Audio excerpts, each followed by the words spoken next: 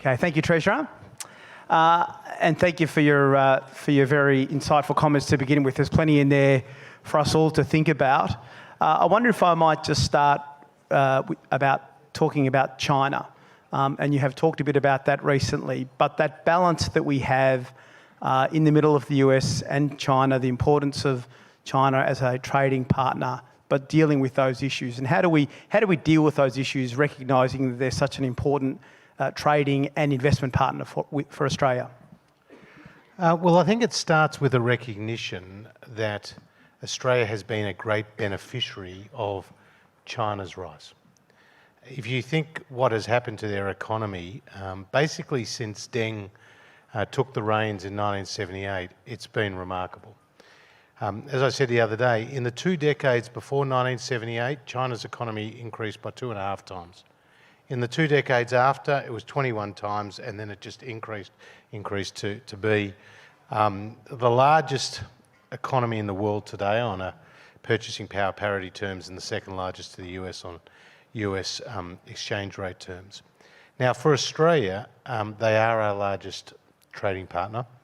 About a third of our exports go to China, and it was worth over $200 billion two-way trade last year. So we have a trade surplus with China. The United States have a trade deficit. And so they look at that relationship, that economic relationship, with a different lens. Now, the Americans have raised very legitimate issues about forced technology transfer, intellectual property, industrial size subsidies and the like. So what we say is, look, we don't have a dog in that fight, but what we do care about is having a rules-based, open, transparent trading system. So our message to the Americans, to the Chinese, privately, publicly, is absolutely the same. We want to see these tensions resolved, and we want to see an adherence to a rules-based trading system, and that involves, for example, reform of the WTO. Now, there will be differences between Australia and China over human rights, over foreign policy. You'll sometimes see investment decisions that they may not be happy with. But at the end of the day, relationships need to be stronger than individual differences. And the Chinese benefit greatly from the relationship they have with Australia, from what we export to them. I mean, they wouldn't have been able to go through this rapid industrialisation and this urbanisation without the commodity and the agriculture and increasingly services exports that we're sending over there. So it's a mutually beneficial relationship. We have to recognise we have different political systems to China, and we have to recognise we've got an alliance with the US, of course. But I think we can manage that relationship. And just finally, what I'll say, Richard, is the best, and things have changed since then, of course, but the best illustration of Australia's ability to navigate our way through this relationship was on consecutive days in October 2003, when you had George W. Bush address the Australian Parliament, and then Hu Jintao, the Chinese president, address the Australian Parliament. You had the two presidents address the Australian Parliament in consecutive days. Now, there is no better example of how we can manage that relationship than that example. Staying offshore, you've talked about the importance of the Bretton Woods agreements. Mm-hmm. You also mentioned in your speech tonight about the global headwinds that we're all facing. In the face of those global headwinds, and be the Brexit or what's happening in the US or Hong Kong, what's Australia's role in rebuilding trust in global institutions and reinvigorating that sense of collective obligations which you've talked about? Yeah, well, I talked about the Bretton Woods Agreement in a speech I made at the ANU last week. And why I did that was because that was a really good example. Back in 1944, 44 countries, of which Australia was one, came together in the context of the Second World War coming to an end, and basically agreed to put any differences aside about aggressive currency devaluations or tariffs or protectionism and unilateralism. They put that aside and they came together and they said, we're going to establish the IMF, we're going to establish what became the WTO, and we're going to establish the World Bank. And those three institutions have been remarkable examples of multilateralism as a stabilising force. So I'm not Pollyanna-ish. I'm not glossing over these real challenges that the US and China have and other countries in the world have. But if you want an example of multilateralism and cooperation, then I think Bretton Woods, which is 75 years ago this year, is a good example of that. And so how do you think we can go about resetting that debate around trade and the importance of those sorts of arrangements? What role does Australia play in doing that? I think Australia has an important role because we are obviously a trusted friend of the United States and we're a valued partner of China. And so we have an ability to speak to them and to others globally. And, you know, we're a wonderful, successful trading nation. 1 in 5 Australian jobs are related to trade. 1 in 10 Australian jobs are related to businesses that have benefited from foreign investment. So, you know, this is a great story of 25 million people who have opened up our economy to the world and benefited from it. And not only have we struck bilateral trade agreements with Indonesia most recently, but Japan, Korea, China, the Trans-Pacific Partnership, and most recently RCEP, which are both multilateral agreements. So we're trusted on that stage. So one of the things that the Prime Minister, Simon Birmingham, Maurice Payne, myself and others are pushing is how can we make the WTO more of a relevant organisation? And that's with reforms, particularly around issues like dispute settlement. You're not Pollyanna-ish, but are you optimistic about what can be done? I'm more optimistic than not about the US and China avoiding another round of tariffs. Now, you know, I might walk out the door and find out that that doesn't turn out to be true. I don't know. But what I do know is in my discussions with my US Treasury counterpart, the US Treasury Secretary, a guy called Steve Mnuchin, and at meetings where senior Chinese officials were at just a couple of weeks ago in Washington, I got the sense that both sides want to come to the table. Whether they can and whether they do, you know, time will tell. Returning to things domestically and touching on some of the things that you mentioned in your speech, in terms of productivity, you've commented recently that this is not about throwing buckets of money to make our economy more, or businesses more efficient or more productive. So what's the pathway, do you think, towards better and greater productivity? Well, one area that I'm focusing on with the state and territory treasurers, and I put on the agenda at the last what are called KIFA meetings, was this productivity agenda through deregulation and implementing the recommendations of the PC's report called Shifting the Dial. They had, I think it was 28 recommendations. 22 of them were either the sole or joint responsibilities of states. Now, this included things around heavy vehicle reform, health service delivery, education, other areas where we can work together. It even touched on areas that were just the states, so like zoning and planning laws.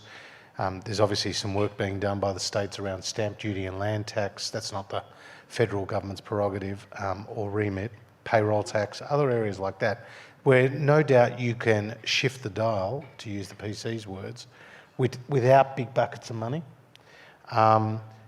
In the past, you know, the Hilmer reforms, they saw incentive payments from the Commonwealth, but where, you know, budgets are tight, and I think there's plenty of scope for good work in those other areas. On the population question that you talked about this evening and in the paper today,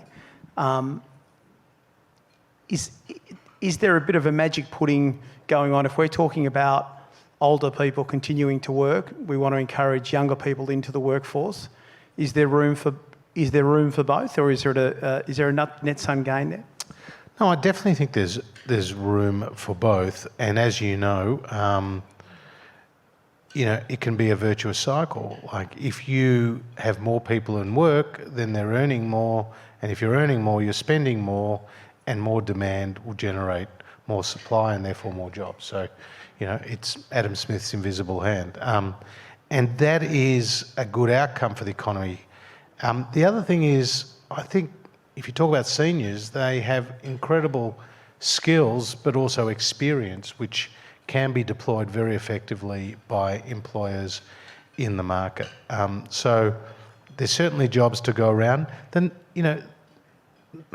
industries are changing. The big byword for the economy at the moment is disruption.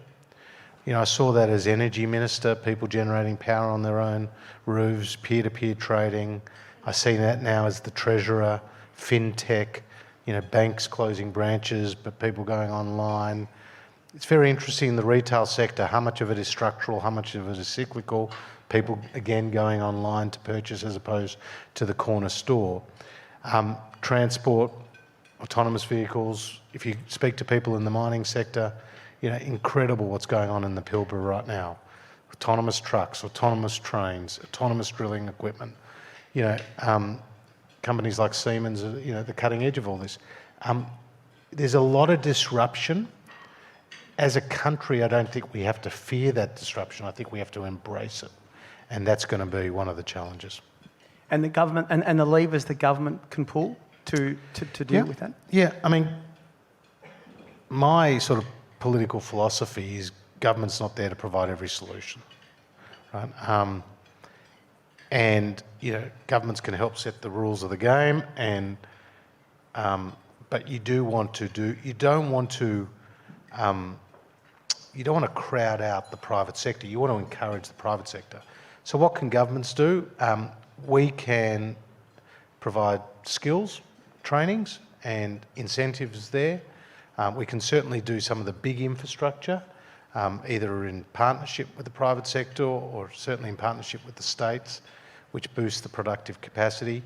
We can provide attractive tax settings, which incentivise work.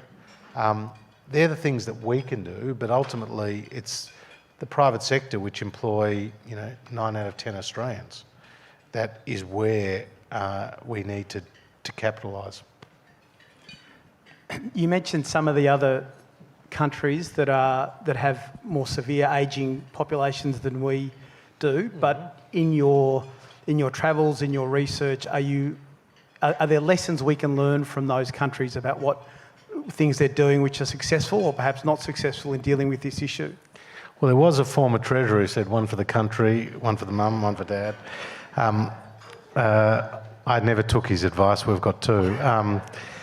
But I think migration is an interesting one because you need to take the public with you. And obviously, we have sought to do that in a number of areas, some more controversial than others. But we are really now focusing on attracting people from around the world with the right skills that we need. So, for example, we've got a global talent a program now where we're going around the world using our embassies and trying to get people with the right skills and the right age demographics to come and be citizens in Australia. And we're aggressively selling ourselves. I think if you look at some of the other countries, including those in the region, they haven't embraced immigration. And I think it's been one of the great success stories. Now, there are challenges as well with growing population because our immigration has tended to see people, two-thirds of the total number of people, go to either Melbourne, Sydney or southeast Queensland.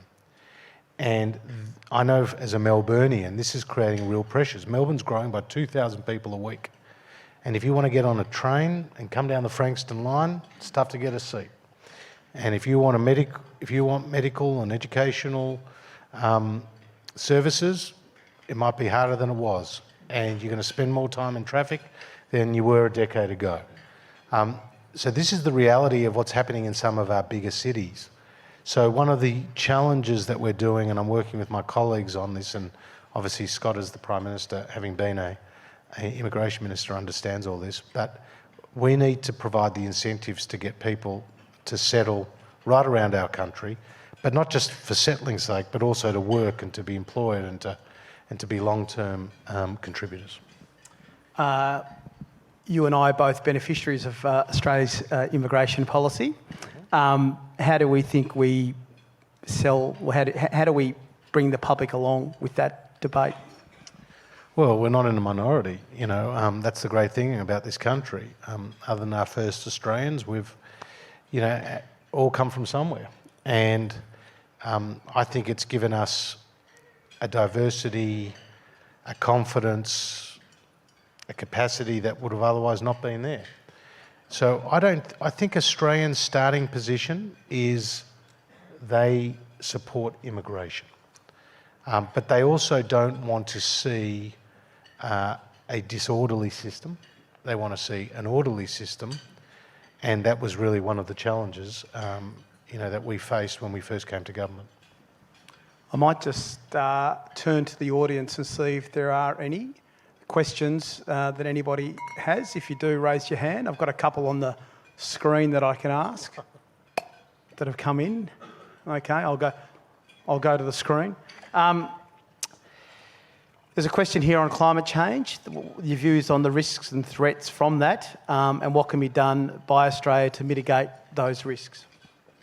Well, it's an important topic, and it's obviously one that's firmly in the public's consciousness, and I know it as being Environment Minister, and I know it from having an electorate, you know, a torpedo punt, that's a Victorian term, from the CBD. So for me, the issue has not been about challenging the science. In fact, it's not for our party. We accept the science. So then the question becomes, once you accept the science, what do you do to mitigate your emissions profile, and how do you do it in the most cost-effective way? And that's where, you know, Australia needs to be mature about how we go about it. There's an inevitable transition in the energy sector.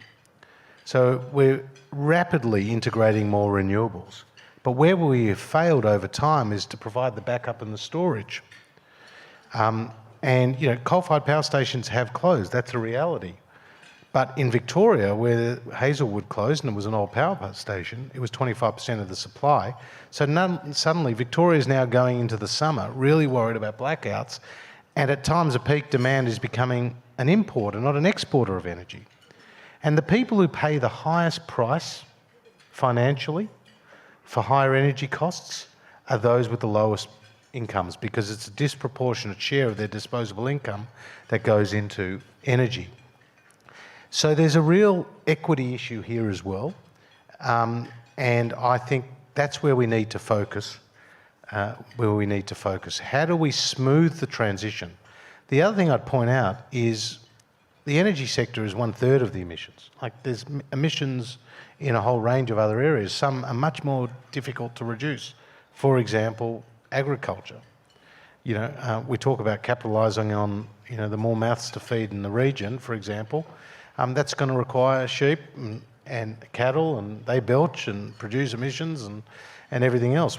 You know, we're proud of our LNG sector, but that's a huge generator of emissions. You know, this debate really needs to focus on the smoothest and most cost-effective transition. It can't happen overnight. We're part of a global agreement, but we need to take the extremity, you know, the extremeness and the coarseness out of this debate. That's what I find most disappointing about the debate on climate change. There's a coarseness to it. And if we all accept that we need to respond to it, then hopefully we can do it in the most cost-effective way. Back to the screen, is a comment here about the budget and the budget surplus. With the budget outcome moving into budget surplus, does that provide a opportunity to increase spending in health? Well, spending in health is increasing, you know, very substantially, not just for hospitals, but also, for example, the PBS. I mean, one of the things that happened before we got to government is fiscal circumstances didn't permit the listing of every drug. Now we have listed the drugs. And we've put more than 2,000 drugs onto the PBS at a cost of more than $10 billion. And those drugs, some of which are hugely expensive, are life-changing. So we will continue to see more spending on health. But I don't see, Richard, this notion of budget repair or fiscal responsibility as mutually exclusive from this concept of guaranteeing your essential services. In fact, one enables the other. If you are able to get the budget back under control, as we've done, then you give yourself the flexibility to spend on things that matter most to people, as well as respond to such events as the drought, or, as I mentioned in the speech, the Aged Care Royal Commission, and other things that come up from time to time. Speaking of Royal Commissions, again back to the screen, there's a, what's your sense of, out of the Financial Services Royal Commission, do you think the banks have turned the corner? Do you think they're rebuilding trust? Do you still think, or are they still on the journey? Well, there's a lot of people in banks around the table. And as you said, I used to work for one, an investment bank.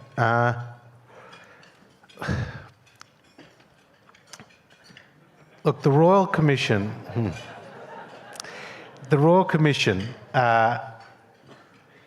was obviously an important process that produced a lot of important recommendations which we're implementing. There were 76 recommendations and we're taking action on all of them in a whole range of areas.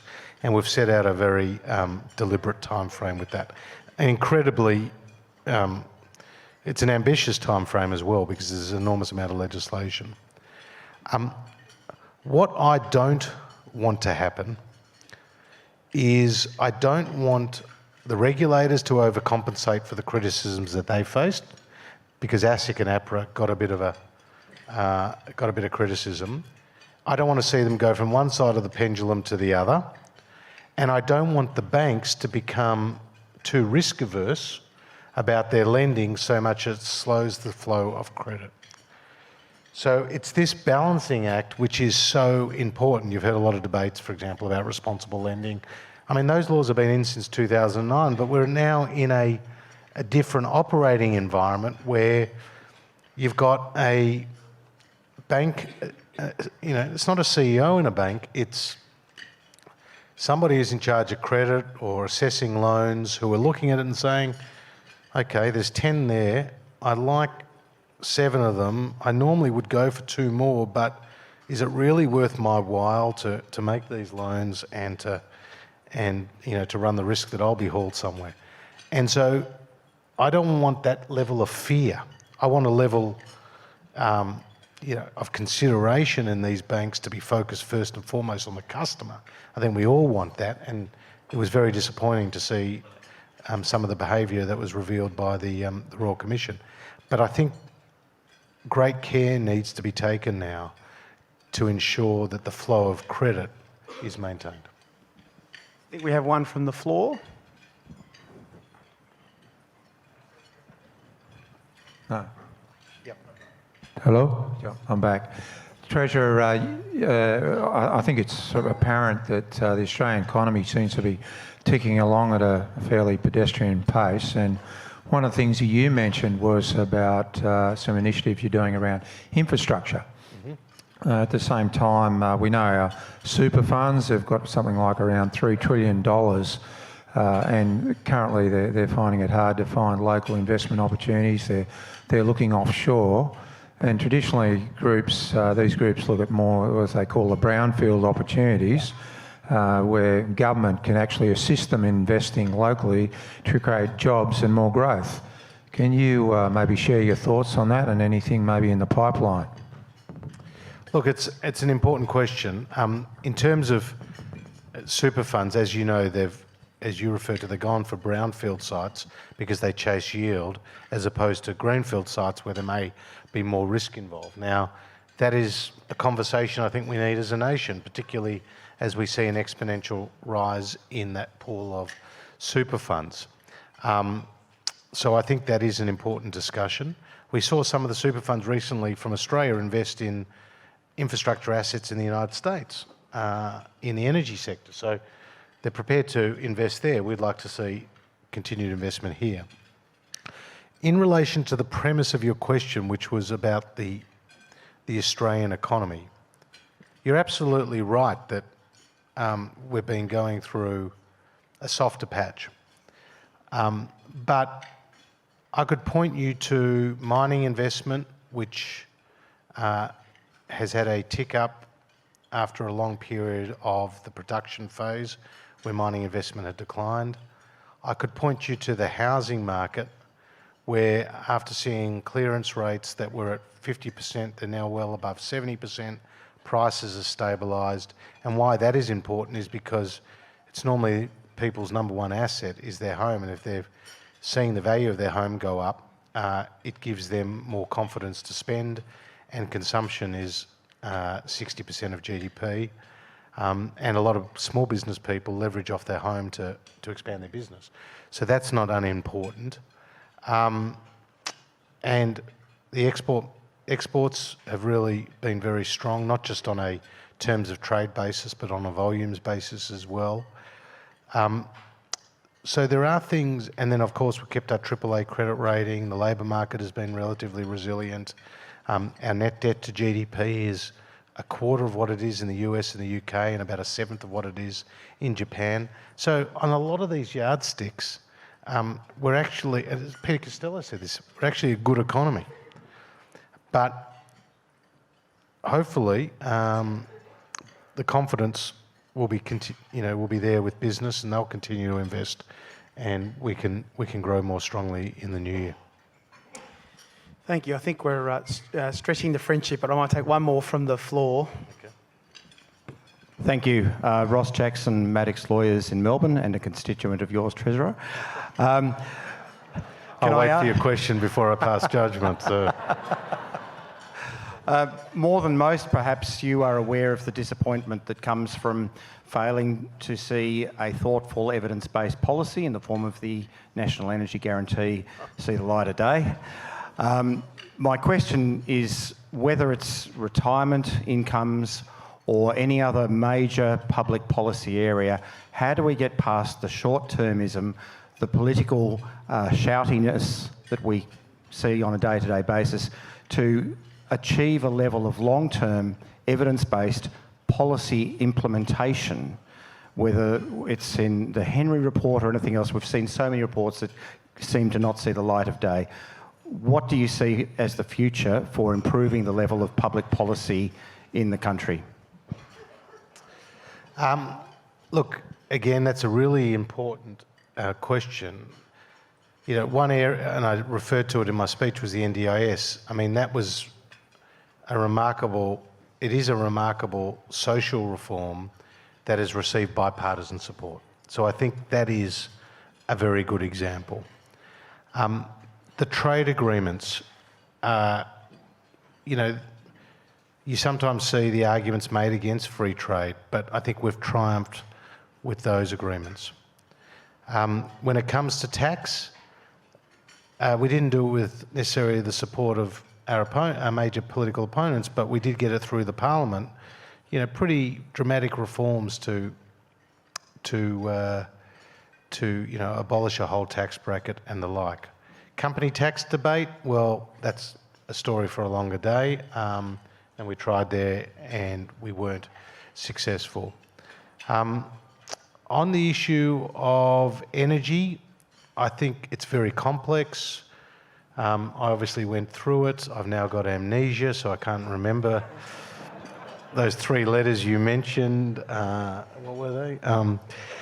AFL, that's right. But I do point this out with the National Energy Guarantee. There were two components of it. There was an emissions guarantee and there was a reliability guarantee. The reliability guarantee is now moved forward between the federal and the state.